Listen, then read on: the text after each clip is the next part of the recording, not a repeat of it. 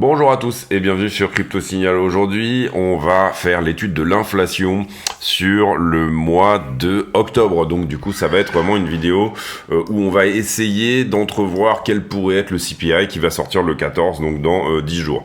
Étant donné qu'on est en fin de mois, on a toute la data sur le mois d'octobre, donc on va essayer ici d'aller appréhender les choses. Allez, on y va pour l'intro.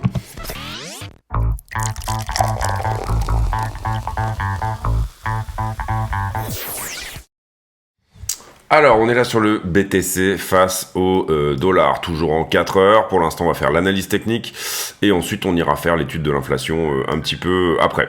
Analyse technique, on est plutôt pas mal par rapport au scénario qu'on avait évoqué hier, à savoir ce drop. On casse la tendance ici, on donne éventuellement une B. Alors, possible tout à fait de continuer dans la tendance. C'est pour ça qu'on laisse un runner sur ce long qu'on avait pris ici, mais on a déjà pris notre TP partiel sur la droite jaune au moment où elle a été retestée. Effectivement, elle nous a fourni un rejet, c'est-à-dire que vous le voyez ici, on avait dit potentiellement ici ça pourrait rejeter, tout simplement parce que ça avait déjà rejeté là et qu'on est typiquement dans l'appréciation de la structure. La question ici, c'est tout simplement, est-ce qu'on est en train de retourner la 4 heures, c'est-à-dire est-ce que ça c'était la baie d'un mouvement supérieur qui nous ramènerait ici en bas de range, ou alors est-ce qu'on est en train de continuer la structure haussière qui est celle-ci. Donc en intraday, et là encore une fois on parle juste de trading, on a actuellement en fait finalement un trade dans les deux sens. Personnellement j'avais pris un TP partiel ici sur ce point-là qui lui proposait support sur mon short, là pour le coup, et en l'occurrence malheureusement je me suis fait SL, c'est-à-dire que j'avais descendu ici mon SL en profit par rapport à une entrée qui s'était faite par ici, j'avais descendu mon SL en profit, donc je me suis fait SL, donc du coup mon short n'est plus dedans là, et j'ai toujours mon long qui court et qui lui a pris son TP partiel.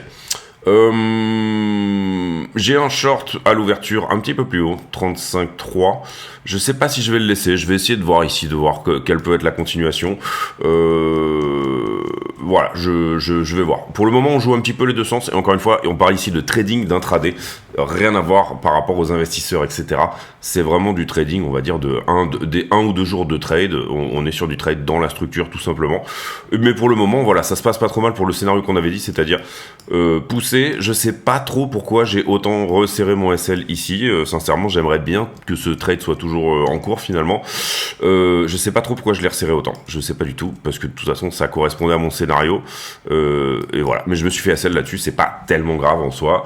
On pourra trouver un autre point d'entrée éventuellement. Et encore une fois, ça peut continuer.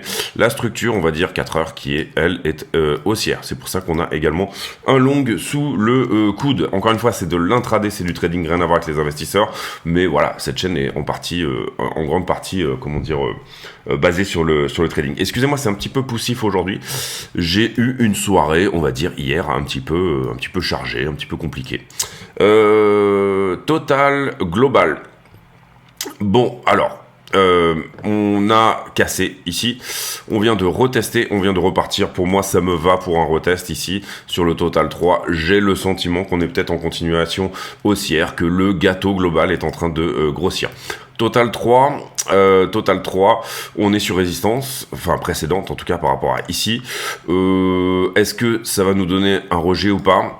C'est pile poil, vous le voyez, on l'avait mis ici, le point de contrôle. Pour le moment ça a rejeté une fois, on est légèrement au-dessus mais c'est pas grave, c'était une droite qu'on avait déjà mise il y a un certain temps. Et ici vous le voyez qu'on est en train de la retester actuellement ce week-end. Ethereum, BTC, c'est plutôt pas trop mal pour un retournement. Cela dit, pour l'instant, pas de structure. Vous voyez qu'on est sur ce petit range ici avec des potentiels W dans des potentiels W, mais pour le moment, on n'a pas encore réellement la structure de retournement qui pourrait faire que on pourrait retourner vers des plus hauts sur Ethereum. Ethereum USDT. C'est un peu la même structure que Bitcoin, sauf qu'on est vraiment ici, je trouve, sur quelque chose d'assez poussif, assez vendeur.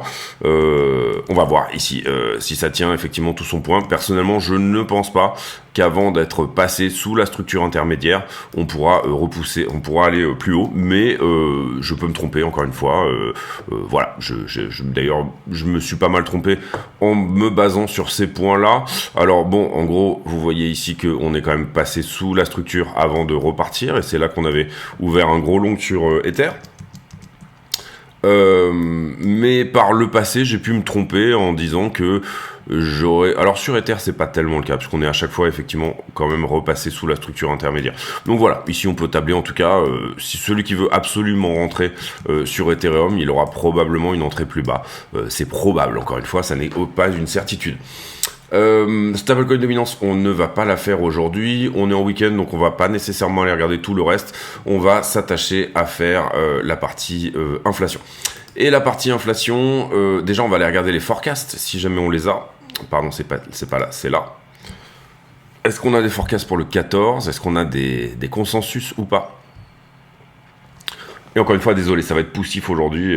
Voilà, c'est un petit mal de crâne. CPI, on a un consensus à 0,3 en month over month. Et on a un 0,3 pour le corps et 0,1 sur le global. Donc globalement, le marché est en train de nous dire que on va continuer peut-être sur ce plateau. Vous le voyez ici, le forecast, on va dire du corps qui serait à 4%. Là, on parle de forecast, donc là pour le coup, c'est les analyses de Trading Economics, le site sur lequel on est, mais pas le consensus global. Et potentiellement 3,8, donc un inflation rate, on va dire, dans son headline, c'est-à-dire en incluant la bouffe et le pétrole, qui serait sur un plateau également, hein, 3,7, 3,8, le précédent était à 3,7 et on serait ici à 3,8. Donc globalement, voilà ce que nous dit les consensus sur inflation, donc cet outil qui est un outil de la Fed de Cleveland, je crois, oui c'est ça, qui est plutôt accurate, qui est plutôt précis. Et bien en l'occurrence, qu'est-ce que nous dit cet outil pour le mois de octobre? Il nous dirait 3,63 pour le corps et en CPI global 3,3. Donc lui, il est fortement à la diminution par rapport à ce que nous propose. Donc 4,1, 3, j'ai dit 3,8 tout à l'heure, hein, c'est ça? Oui, c'est ça. Lui, il est bien en dessous de ce que nous propose, donc ça c'est intéressant, les consensus ou en tout cas le forecast de Trading Economics. On va regarder également Trueflation, comme d'habitude, hein, c'est à peu près la même routine que ce qu'on fait tous les mois. Enfin, en début de mois à chaque fois, on était le 1er octobre. 1er octobre à 2,45 et on termine au 30 octobre à 2,37, donc moins 0,08. Je vais le noter quelque part parce que je m'embrouille un peu dans les chiffres. Donc on a dit Trueflation, moins 0,08. On a dit également la Fed de Cleveland, elle nous donnerait 3,3 en headline en gros. 3,3 en headline et 4,10.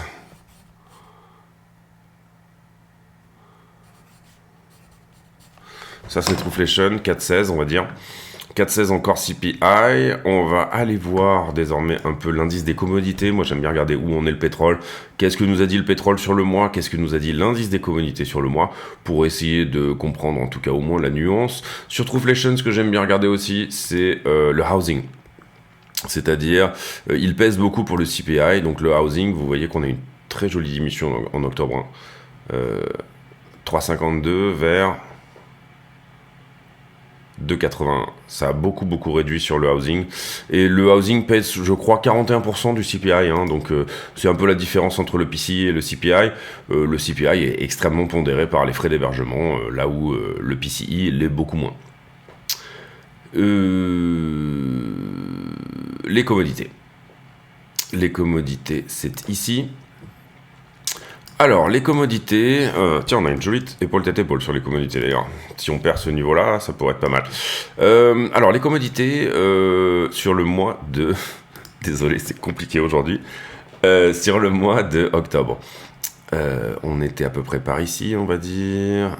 Octobre, voilà. Et ben, on a plutôt eu de la diminution, j'ai envie de dire. Hein. On est passé de 609 à 577. Donc, c'est pas trop mal. El Petroleo aux US tant qu'à faire. Hein. Pareil, on a une jolie diminution, je dirais. Hein. On a une jolie diminution, une petite dizaine de pourcents. Sincèrement, je pense que ce CPI va être baissier, hein, à contrario de ce que proposent les consensus, qui ont l'air de dire qu'on serait plutôt sur un plateau. Personnellement, la lecture que j'en ai là, comme ça, c'est qu'on va avoir un très bon CPI le 14 novembre. On va regarder le gasoline.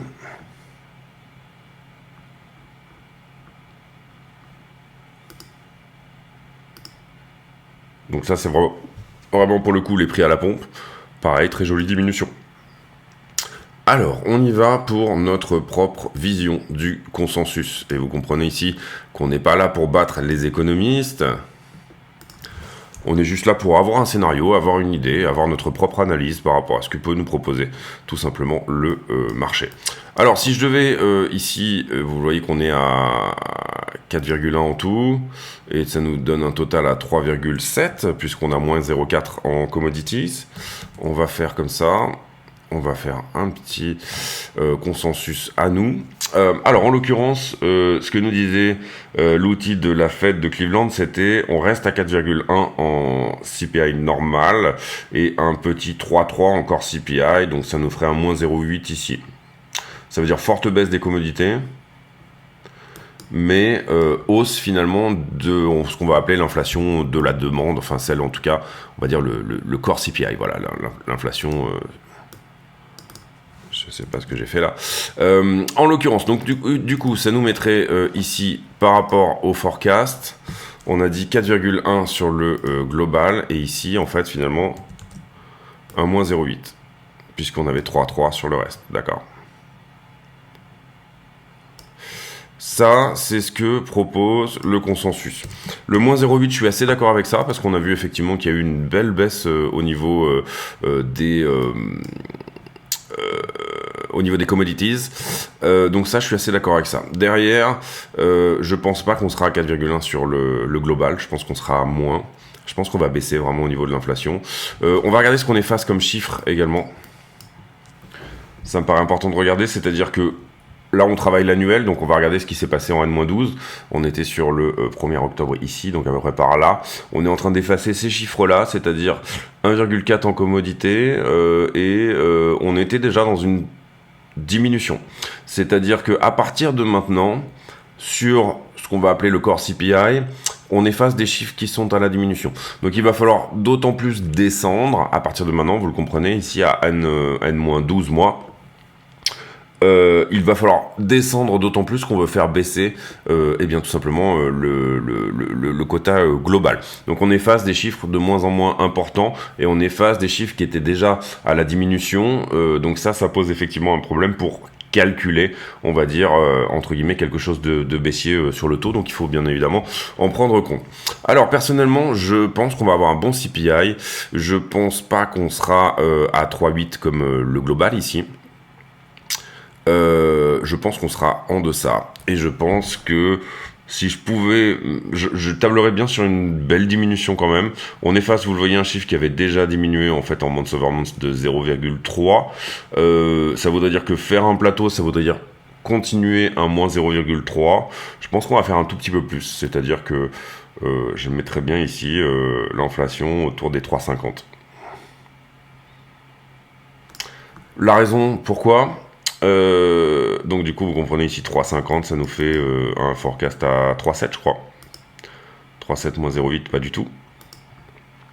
Moins 0,8 je suis assez d'accord. 3,50 ça nous fait un forecast pour le core CPI à 3,7 oui c'est ça. Oui c'est ça. 3,50 en tout, 3,7 moins 0,8 pas du tout, 3,7 moins 0,8, 3,50. J'ai du mal aujourd'hui. On a dit 3,5 moins 0,8, 3,5 moins 0,8, 2,07, mais ça c'est pas possible, on est à 3,5 en tout. Non, ça doit faire, pardon, plus de 3,5, c'est-à-dire qu'on pourra aller à 3,5. Combien j'enlève à 0,8, donc ça fait 4,3. Encore CPI. J'ai du mal, hein. Aujourd'hui c'est difficile. 4,3 moins 0,8 égale 3,5, oui c'est ça. Euh...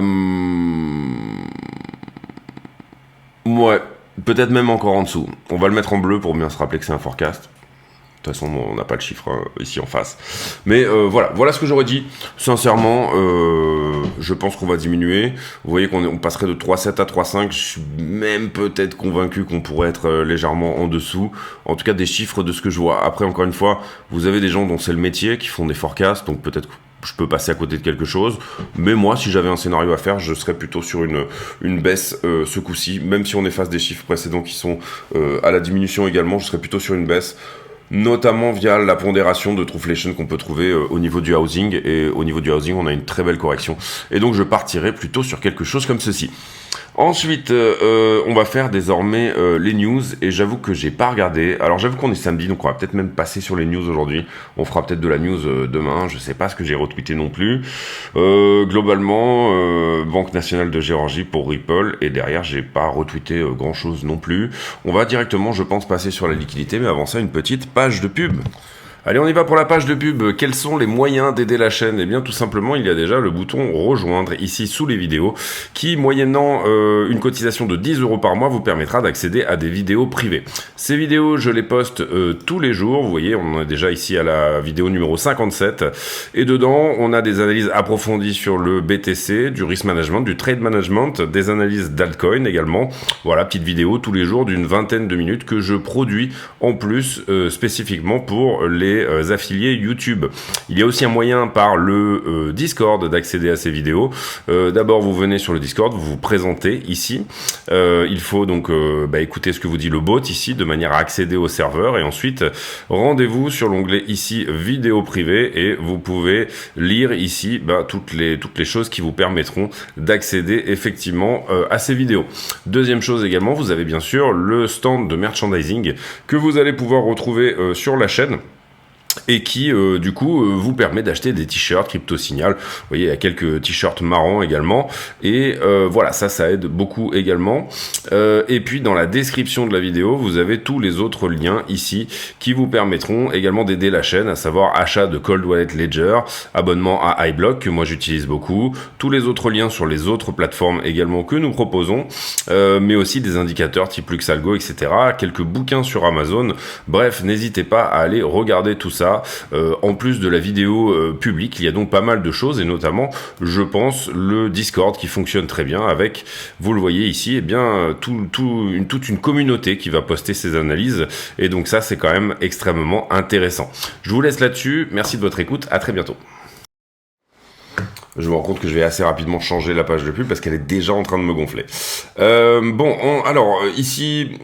Pas forcément d'ordres qui se sont faxés à l'achat, si ce n'est quelques-uns. Vous le voyez ici, en dessous, on a quand même des gens qui veulent acheter au sein même de la structure, donc au-delà de ce support, vous le voyez ici, ce support au niveau des 34-134, qui veulent acheter au-dessus un petit peu. Et on a pas mal d'ordres à la vente qui désormais se sont manifestés, on va dire, à partir des 35 502. Rien de folichon jusque-là, on n'est pas non plus sur un carnet d'ordre qui se remplit, ce qui est plutôt une bonne chose. Attention, parce qu'un carnet d'ordre vide, ça peut pousser en haut comme ça peut pousser en bas, et comprenez bien ici qu'on a beaucoup de bitcoins qui ne sont pas sur les exchanges.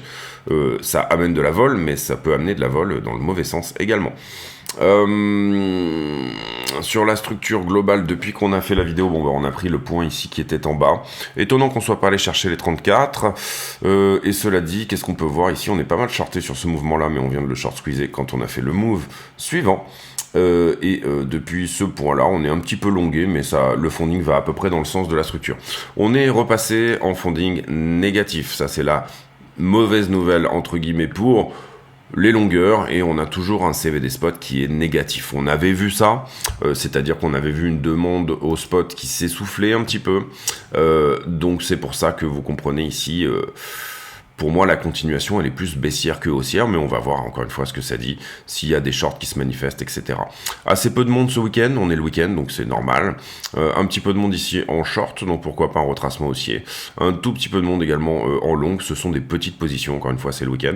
On a un delta qui est plutôt longueur, c'est-à-dire qui nous dirait peut-être que le retracement serait plutôt en train de nous proposer quelque chose vers le bas. Sur Ether, on a très bien short squeezé, il y a peut-être un petit truc à prendre encore encore au-dessus, vous le voyez ici, là, et on avait parlé éventuellement du haut de la structure derrière. Personnellement, prochain TP pour moi sur Ether, c'est 1990, et vous le voyez ici, on a peut-être également un delta qui est plutôt en faveur. Étant donné qu'on a liquidé principalement du short, et je sais plus, j'ai pas regardé, je crois, non, je vous ai montré ça. Oui, 68 millions de liquidation, 18 sur, donc un tiers en fait finalement sur Bitcoin et Ethereum, et on a liquidé principalement du short puisque l'action de prix a plutôt été haussière sur les dernières 24 heures. En ce qui concerne les poches de liquidité, on va d'abord faire principalement la 7 jours. Vous voyez que la liquidité est plutôt en bas. Il se pourrait désormais qu'on ait construit quelque chose quand même depuis le 2 novembre, donc depuis 2 ou 3 jours, avec du short au-dessus. Donc possibilité d'aller revisiter le top quand même. Maintenant, est-ce qu'on laisse gagner cela finalement? Le fait qu'on traîne sur la zone ici peut dire qu'on est en train de charger finalement la zone des shorts au-dessus. Pour l'instant, vous voyez qu'elle n'est pas conséquente, hein. On est sur quelque chose de beaucoup plus conséquent, je dirais autour des 33 en bas. Donc la liquidité pointe plutôt vers le bas, que ce soit sur Bitcoin ou sur Ethereum, puisque tout simplement on a liquidé la liquidité qui se trouvait vers le haut. Maintenant, le fait de traîner dans la zone pourrait nous emmener de la liquidité haussière, sous-entendu du short, et pourrait éventuellement nous donner l'idée que avant d'aller revisiter sous 1700 sur Ether et sous 33 000 sur BTC, eh bien on aurait un petit short squeeze à faire éventuellement. Maintenant, aucune certitude de ce côté-là. Allez, on retourne sur le prix, on fait la conclusion de cette vidéo sur les petites time frames comme d'habitude. On va se remettre en log comme ceci. Ok, alors pour moi, typiquement, je pense, et c'est mon avis par rapport à la liquidité, maintenant je peux me tromper, et je veux pas être insultant pour la structure, c'est pour ça que ce long était plutôt bien senti ici pour aller chercher ça, et que on le laisse rouler pour éventuellement derrière ne pas insulter la structure. Encore une fois, pour moi c'est l'art du trading consiste à ne pas trop insulter la structure, en tout cas en intraday. Mais personnellement, sans vouloir, madame la structure, vouloir être insultant, je verrais plutôt ici une continuation comme ceci, c'est-à-dire un retournement de la 4 heures très exactement sur le point sur lequel on vient de se faire rejeter ici. Pourquoi on avait vu ce point-là? Bah tout simplement parce que ça correspond déjà à l'attaque de ce pic, qui nous avait déjà rejeté une fois par le passé, et que là, il vient de nous rejeter à nouveau avec une très jolie mèche vers le bas. Maintenant, sincèrement, si les longues prennent un petit peu plus de pulse, et dans l'élan éventuel, encore une fois, de la news, ETF, etc., enfin toutes les choses qui sont un petit peu sur le feu en ce moment, sincèrement, pourquoi ne pas également avoir une continuation de structure? Mais mon scénario privilégié ici, il est quand même plutôt ici de se faire repousser. Encore une fois, j'ai un peu trop serré mon stop ici, en plus surtout que mon TP du long était là, donc c'était pas vraiment cohérent de le resserrer autant. Bon voilà, c'est les petites erreurs qu'on fait de temps en temps, aucun problème là-dessus. C'est dommage parce que si je voulais maintenant rentrer short, bah du coup, je le ferai pas sur ce point-là. J'aurais plutôt tendance à attendre éventuellement soit qu'on reteste une nouvelle fois celui-ci, soit pour le moment j'ai un ordre qui traîne à 35 294 pour une réouverture. 35 à peu près dans cette zone-là. C'est-à-dire si jamais on venait fermer l'imbalance ici totalement, j'ouvrirais bien un short également sur cette zone-là. Dommage d'avoir resserré un peu trop tôt. Voilà, si je peux faire une autocritique, ça serait celle-ci. Ensuite, bah voilà, je pense qu'on a tout dit. Donc scénario privilégié, ça serait ça, le même scénario que celui qu'on a évoqué hier finalement. Scénario possible, ça serait une continuation de la hausse ici. D'accord. C'est malheureusement les deux sens ici. De toute façon, bon, c'est le week-end, on va latéraliser un petit peu, mais moi, mon privilégié, ça serait un rejet ici, et peut-être que le rejet a déjà eu lieu, notamment sur cette zone-là. Voilà, j'ai aucun problème, encore une fois, vous le voyez, on fait des petites autocritiques ici. Bon, là, j'aurais peut-être dû... J'ai peut-être serré un peu trop, etc. J'ai aucun problème à prendre du profit et à fermer des trades qui étaient en profit. Pour moi, ça ne me dérange pas plus que ça. C'est ce qui fait ma rentabilité également.